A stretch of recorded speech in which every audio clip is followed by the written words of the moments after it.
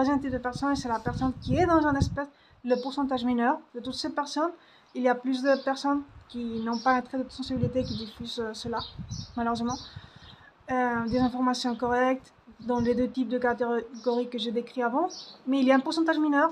Pourtant, il y a aussi des personnes, des femmes qui ont un trait de sensibilité, des personnes qui ont un trait de sensibilité, non, des femmes dans ce cas peut-être, qui diffusent des informations qui...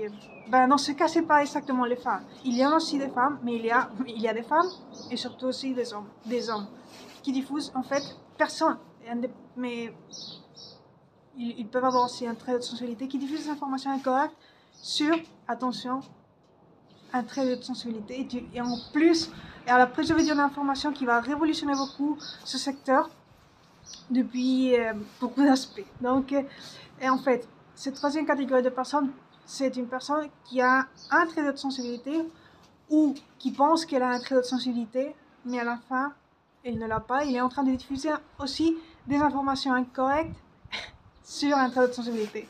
Donc, par exemple, l'erreur, dans ce cas, on va dire que une des erreurs plus fréquentes, c'est-à-dire penser que hypersensibilité, c'est la même chose que sensory processing sensitivity. Ou que hypersensibilité, c'est une caractéristique correspondante à avoir un trait de haute sensibilité. Alors ça, c'est totalement erroné. C'est totalement faussé. Je ne vais pas maintenant dire ce que c'est une chose ou une autre, mais sachez que ça, c'est erroné. Avoir un trait de haute sensibilité, ce n'est pas une réaction exagérée, ce n'est pas quelque chose d'incontrôlable, ce n'est pas un problème, c'est un avantage à gérer, d'accord, avec ce challenge aussi, mais majoritairement un avantage, un talent. Donc, je vois que des différences avec ce que c'est l'hypersensibilité. C'est comme l'hypersensibilité, c'est un concept qui n'a rien à voir avec un trait de haute sensibilité, d'accord? Mais je sais que la plupart des personnes qui ont un trait de haute sensibilité ou des personnes qui pensent qu'ils ont un trait de haute sensibilité, des deux cas j'ai vu, parlent de hypersensibilité comme si, surtout pour parler quand une femme, par exemple, qui a un trait de sensibilité et ce traitement incrémenté un traitement de l'information extérieure ou endogène incrémenté, plus profond, d'accord, cela se voit reflété dans comment elle la traite via ses sens. Donc, beaucoup de personnes critiquent cela ou jugent que cela, c'est-à-dire si moi, je suis plus surestimulée par les bruits, par exemple, ou plus surestimulée, ça c'est très, très courant, par les bruits ou par les yeux, par les informations visuelles que je reçois, d'autres personnes qui n'ont pas d'informations correctes vont penser que à la fin c'est hypersensibilité. Ça c'est pas une hypersensibilité, ça fait partie d'avoir un trait de sensibilité parce qu'à la fin on a, comme je dis, un traitement supérieur de l'information, on traite des informations depuis un point de vue plus profond, et ça a aussi une influence à travers nos sens, d'accord, évidemment via notre cerveau, mais ça implique aussi les sens. Les bruits, c'est-à-dire les stimulus qu'on écoute via stimulus visuel ou stimulation visuelle, etc. Ouais, donc ça c'était une erreur très fréquente et j'en ai vu de tous les types de personnes faire cette erreur en général. Il y a une erreur la plus révolutionnaire, on va dire la plus grave, mais en fait c'est parce que les personnes n'ont pas de l'information scientifique ou parfois, neuroscientifique dans ce cas, parfois parce qu'elles n'ont pas de critères pour sélectionner. Point numéro 1, toujours pour sélectionner des informations neuroscientifiques par rapport à un trait de sensibilité. 2, par rapport, ils ne l'interprètent pas bien. Et 3, je ne veux pas croire ça, mais en fait, elles ne veulent pas que cela soit diffusé correctement. Parce que, attention, je vais révéler quelque chose de très important. Et la deuxième erreur dans ce troisième type de catégorie de personnes, c'est que c'est-à-dire penser que les hommes ont les mêmes caractéristiques que les femmes qui ont un trait de sensibilité. Ou penser que les hommes en fait ont un trait de sensibilité. Ça, c'est une erreur. C'est-à-dire, je vais me répéter. Confondre les caractéristiques spécifiques qu'a une femme qui a un trait de sensibilité avec les caractéristiques potentielles, si elle existe, qu'un homme a c'est-à-dire si elle aurait un trait de haute sensibilité. Parce que selon des informations neuroscientifiques très importantes, remarquables, que j'ai sélectionnées et que j'ai rencontrées, que j'ai lues, que j'ai analysées à conscience, qui sont même exposées en partie dans mon livre, dans mon e-book qui sortira bientôt via internet et ma web, thewayup.com. On parle spécifiquement de caractéristiques dans un article très remarquable, très important. On parle des caractéristiques spécifiques de femmes qui ont un trait de sensibilité, c'est-à-dire on ne parle pas des hommes. Les hommes ne figurent pas là. Ce sont des caractéristiques spécifiques des femmes, d'accord?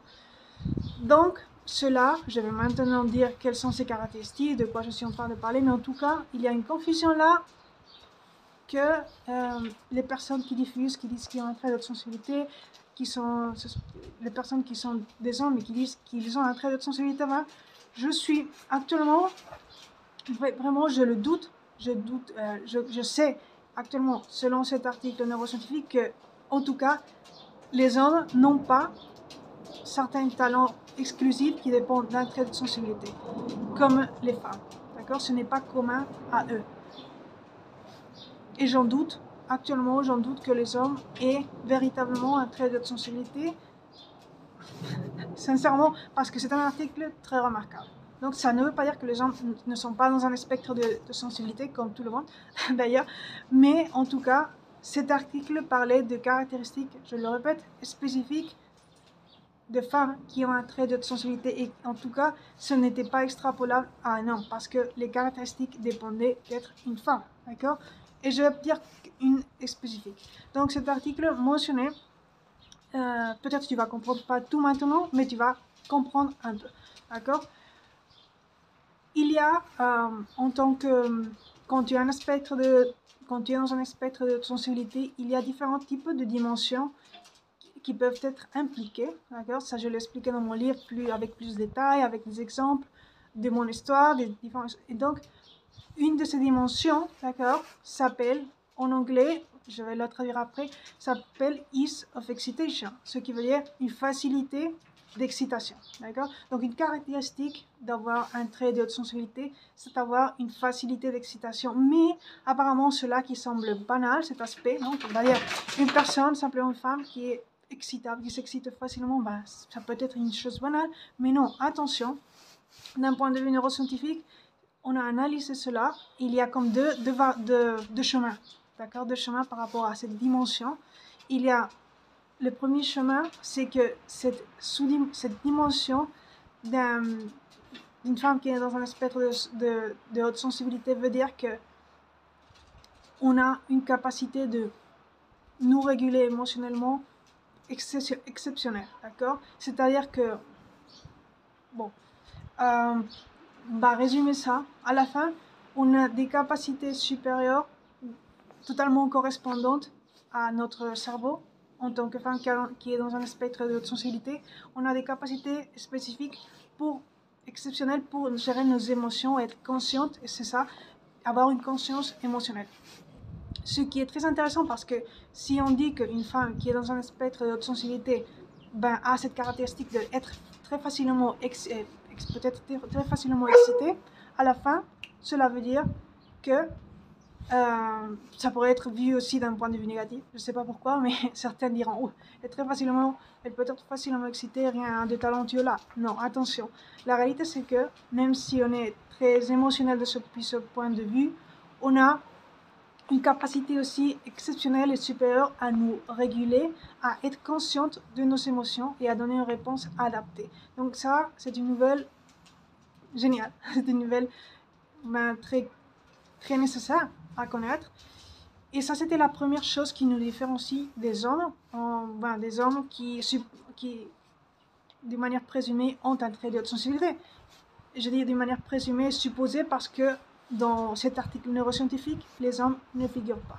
D'accord? Donc, on parle uniquement de femmes, une caractéristique de femmes. D'accord? Donc, ça, c'était la première chose à dire.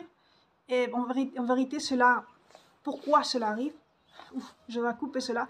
Pourquoi cela arrive? C'est parce que les femmes on a une activation, les femmes qui ont un trait de haute sensibilité, on a une activation, on va dire supérieure de notre dorsal anterior cingulate cortex. C'est-à-dire une partie de notre cerveau est activée.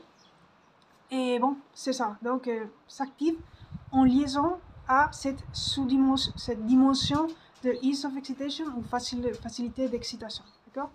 Et à la fin, cela est mesuré d'un point de vue neuroscientifique et il y a beaucoup plus de données, mais maintenant je ne vais pas parler de ça. Je voulais que tu comprennes d'une manière générique d'où vient cette caractéristique, par exemple, talentueuse, mais à la fin, il y a d'autres plus majoritaires, c'est-à-dire plus importantes aussi, pas plus importantes, mais qui sont très intéressantes, très remarquables, et que dont je ne vais pas parler aujourd'hui, mais ce sont des caractéristiques que j'ai exposées qui proviennent en partie de cette même information neuroscientifique et d'autres informations que j'ai exposées dans mon e-book, que j'ai analysé attention, et donc cela reste secret pour les personnes qui liront mon e-book quand mon e-book sortira ce mois. Et en tout cas, il y a une liaison évidemment entre mon e-book et mes autres infoproduits premium. Je te laisse lire un petit peu ma web pour que tu me connaisses mieux, tu connaisses mieux ma manière, ma méthode. Et donc ça c'est pour un autre jour. Parler de ça, tu peux aller voir ma web. C'est ça. Donc c'était la dernière erreur que je vais mentionner. Je ne vais pas parler de plus. Je ne veux pas parler aujourd'hui de plus parce que c'est vraiment déjà très qualitatif aujourd'hui. Pour aujourd'hui cette information. Donc je tiens à vous voir dans la prochaine vidéo. J'espère que tu passes une excellente après-midi.